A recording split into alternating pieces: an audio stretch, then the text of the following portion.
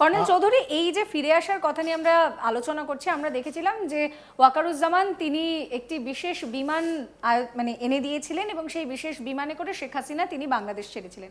এবার এই যে ফেরার পালা, সেই বাংলাদেশের বিমানেই কি ফিরবেন? ওয়াকার কি তার জন্য সেই বিমানটাই আবার পাঠাবেন নাকি এবার ভারতের বিমানে? আমি জানি না ওয়াকারের অহনা কত, মানে আমরা দেখিনি, আমরা ওয়াকারের ওপর অনেক আমাদের আস্থা ছিল। আমরা ভেবেছিলাম যে এই যে মোহাম্মদ ইউনিস একটা জোকার, একটা দুর্বৃত্ত, তা শেষ করে দিল আমাদের একটা রাষ্ট্রকে। একটা সুন্দর রাষ্ট্র ছিল বাংলাদেশ, তাদের কৃষ্টি, তাদের ভাষা, তাদের সাহিত্য নিশ্চিতভাবে ভারতের সঙ্গে এবং পশ্চিমবাংলার সঙ্গে আমরা অনেক সিমিলারিটি পাই এবং আমাদের সঙ্গে যুক্ত, ভাষার সঙ্গে যুক্ত। সেই জায়গায় পুরো ছাড়খাড় করে দিল এবং আমরা ভেবেছিলাম যে এই সেনা অধ্যক্ষ ওয়াকারুজ্জামান কিছুটা হলেও কন্ট্রোল করবে, কিন্তু দুর্ভাগ্য যে উনি সেটা করতে পারেননি।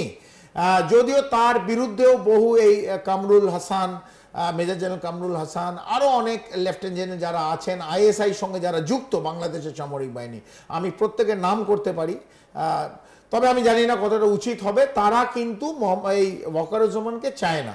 তো আমি জানি না যে, কিন্তু আজকের দিনে ভারত, চীন, রাশিয়া আরও কিছু রাষ্ট্র চায় যে দক্ষিণ পূর্ব যদি ব্যালেন্স ঠিক করতে হয়, আমাদের শেখ হাসিনাকে আবার তার যে আসীন যে চেয়ার সেই জায়গাটায় ওনাকে বসাতে হবে। সেই জায়গায় আমরা নিশ্চিতভাবে চাই যে শেখ হাসিনা যাক, বাংলাদেশের লাগামটা ওনার হাতে থাক এবং 18 কোটি যে মানুষ বাংলাদেশের, বিশেষ করে মহিলা, সন্তান, ছোট শিশুরা যারা প্রগতির দিকে বাংলাদেশকে এগিয়ে নিয়ে যাবে, তারা যেন পড়াশোনা করতে পারে, উন্নয়নের দিকে দেখতে পারে, সেই লাগামটা যেন আবার শেখ হাসিনার হাতে বাংলাদেশের মানুষ তুলে দেবে। ভারত, রাশিয়া অথবা চীন হেল্প করতে পারে।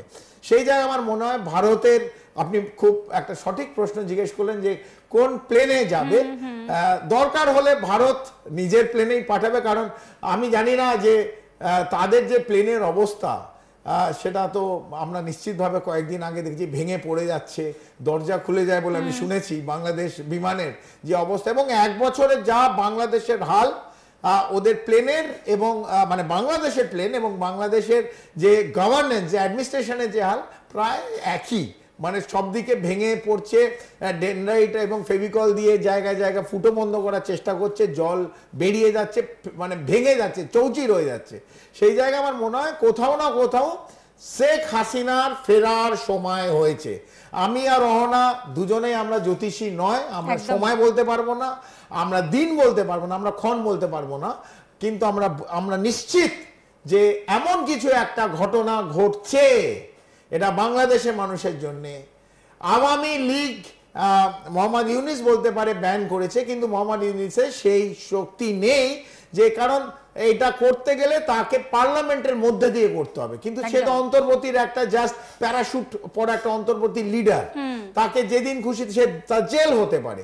তো আমরা জানি প্রধানমন্ত্রী শেখ হাসিনা উনি ফিরবেন এবং বাংলাদেশের লাগাম ধরে 18 কোটি মানুষের, বিশেষ করে মহিলা এবং শিশুদের যে জীবন, সেটা স্বাভাবিক করার জন্যে শেখ হাসিনাকে ভারত থেকে বাংলাদেশ ফিরতেই হবে এবং অবস্থান যা হচ্ছে সময়ের অপেক্ষা, বাংলাদেশে উনি ফিরছেন। একেবারেই এই মুহূর্তে দাঁড়িয়ে শেখ হাসিনা তিনি ভারতে ফিরতে চলেছেন, সেটা শুধুমাত্র সময়ের অপেক্ষা। গত 1টা বছর আমরা যদি বাংলাদেশের দিকে একটু তাকাই, তাহলে সেখানে কি হয়েছে? সাধারণত এরকম যখন ক্ষমতার পালাবদল হয় কিছু অন্তত উন্নয়ন হয়ে থাকে, কিন্তু বাংলাদেশের ক্ষেত্রে পুরোপুরি উল্টো। আমরা কি দেখলাম? সেখানে সংখ্যালঘু যারা রয়েছেন তাদের উপরে অত্যাচার বেড়েছে প্রচণ্ড পরিমাণে, যেটা নিয়ে আমেরিকা পর্যন্ত উদ্বেগ প্রকাশ করেছে। আমরা দেখলাম যে শিল্প একেবারে মুখ থুবড়ে পড়েছে, ঋণের যে বোঝা, সেই বোঝা বাংলাদেশের উপর বেড়ে চলেছে। চীনের কাছে ইউনুস গিয়েছেন, তিনি পাকিস্তানের সঙ্গে বিশেষ একটা বন্ধুত্ব করেছেন, যেখানে দেখা যাচ্ছে যে উন্নয়ন বলে কিছুই হয়নি। সেখানে খাবারের এই মুহূর্তে দাঁড়িয়ে ভীষণভাবে ক্রাইসিস রয়েছে। যে দুর্ঘটনা, প্লেন দুর্ঘটনা ঘটলো, সেই দুর্ঘটনায় ভারতকেই কিন্তু সাহায্যটা করতে হয়েছে, তার কারণ সেখানে সেইভাবে মেডিকেল হেল্পটা পর্যন্ত নেই। এক্ষেত্রে দাঁড়িয়ে শেখ হাসিনা তিনি ফিরে আসার পর ইউনুসের ঠিক কি হবে, সেটা কিন্তু একটা গুরুত্বপূর্ণ বিষয়। আরও একটা বিষয় যেটা ভীষণভাবে সামনে আসে, যে ছাত্র আন্দোলনকে মাথা করে শেখ হাসিনার সঙ্গে এত কিছু হলো, সেই ছাত্রদের ওপরেও তো মোহাম্মদ ইউনুসের অন্তর্বর্তী সরকার হিটলারি আচরণ করছে। কর্নেল চৌধুরী, এই মুহূর্তে দাঁড়িয়ে আমরা দেখলাম যে বাংলাদেশে গোটা এক বছরে উন্নয়ন কিছু নেই। সাম্প্রতিক আমরা দেখলাম এই প্লেন দুর্ঘটনার পর যে ছাত্রদের ওপরে রীতিমতন হিটলারি আচরণ করেছে গোপালগঞ্জে আমরা দেখলাম। একদম। তো সেক্ষেত্রে দাঁড়িয়ে কোটা তো ছাত্র আন্দোলন ছিল, ছাত্র ছাত্র করে ইউনুস সামনে এলেন, কিন্তু আখেরে লাভের লাভ কিছু হচ্ছে না। এখন নিজের আখের গোছানোর জন্য ছাত্রদের ওপরেও তিনি এই ধরনের আচরণ করছেন। তাহলে হাসিনা ফিরলে তার কি শেষ জীবনটা কোনো অন্ধকার কুঠুরিতে কাটবে, নাকি প্যারিস হবে ডেস্টিনি? না না, মানে বাংলাদেশের লোকদের আমরা জিজ্ঞেস করি কোথায় পাঠাতে চান। ভারত নিশ্চিতভাবে অশান্ত বাংলাদেশ চায় না, তবে যারা বাংলাদেশকে অশান্ত করছে এই মোহাম্মদ ইউনূসের মতন লোকেরা, তাদের কোথায় পাঠাতে হবে নিশ্চিতভাবে আমরা বসে থাকবো। আপনারা কমেন্টে জানাবেন আপনারা যদি কুঠুরে পাঠাতে চান, অন্ধকার কুঠুরিতে, নিশ্চিতভাবে ভারত আপনাদের পাশে পাবে। আমি আবার বলছি, গণতন্ত্রের মধ্যে দিয়ে বাংলাদেশের মানুষ ডিসাইড করবে, এবং বাংলাদেশের মানুষ যদি ডিসাইড করে তাকে অন্ধকারের একটা কুঠুরিতে বন্ধ করার জন্যে, কারণ এক বছরে যে অত্যাচার চালিয়ে গেছে বাংলাদেশের ওপর, তার স্থান আমার মনে হয় ওখানে। আর না হলে যখন জানবেন যে প্রধানমন্ত্রী শেখ হাসিনা ফেরত আসছেন বাংলাদেশে, তার অনেক আগে পাখি উড়ে যাবে।